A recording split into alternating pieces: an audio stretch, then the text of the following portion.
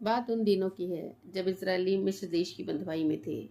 फिरौन की आज्ञा थी लड़के बच्चे मार दिए जाएं। उसी परिस्थितियों के दौरान मूसा का जन्म हुआ। उसकी माँ योकोबेद ने उसे 3 महीने तक छिपा रखा। अब और ज्यादा उसे ना छिपा सकी, इसलिए उसने सरकंडे की टोकरी लेकर उस पर चिकनी मिट्टी और राल लगाई और अपने बेटे मूसा को उसमें डालकर नील नदी के किनारे सरकंडों के बीच में छुड़ाई। उसकी बहन मरियम दूर से यह सब देखती रही कि उसका क्या होगा। उसी समय फिरौन की बेटी उस नील नदी में नहाने आई।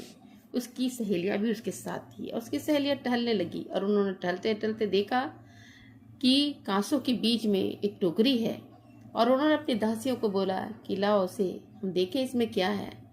और जब उसे खोला गया तो एक रोता हुआ बालक उसमें था। उन्होंने समझ लिया कि यह इब्री का ही बच्चा है जो उन्होंने डर से इस नील नदी में फेंक दिया है।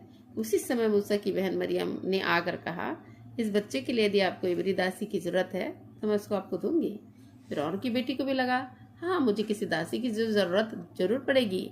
उसने कहा, हाँ ले आ। और वह अपनी माँ को ही सारा हाल बताकर और उसे ही दासी बनाकर फिरौन की बेटी के पास ले आई। फिरौन की बेटी ने मूसा की माँ से ही कहा, तू इस बालक को ले जाकर मेरे लिए दूध पिलाया कर और मैं तुझे मजदूरी भी दूंगी। वह स्त्री उस बालक को ले जाकर दूध पिलाने लगी और जब बालक कुछ बड़ा हुआ तो वह उसे फिरौन की बेटी के पास ले आई और वह उसका बेटा ठहरा। और उसने यह कहकर उसका नाम मूसा रखा कि मैंने इसे पानी से निकाला है। यदि आपको वीडियो पसंद आई तो आमीन ज़रूर टाइप करें, लाइक और सब्सक्राइब करें।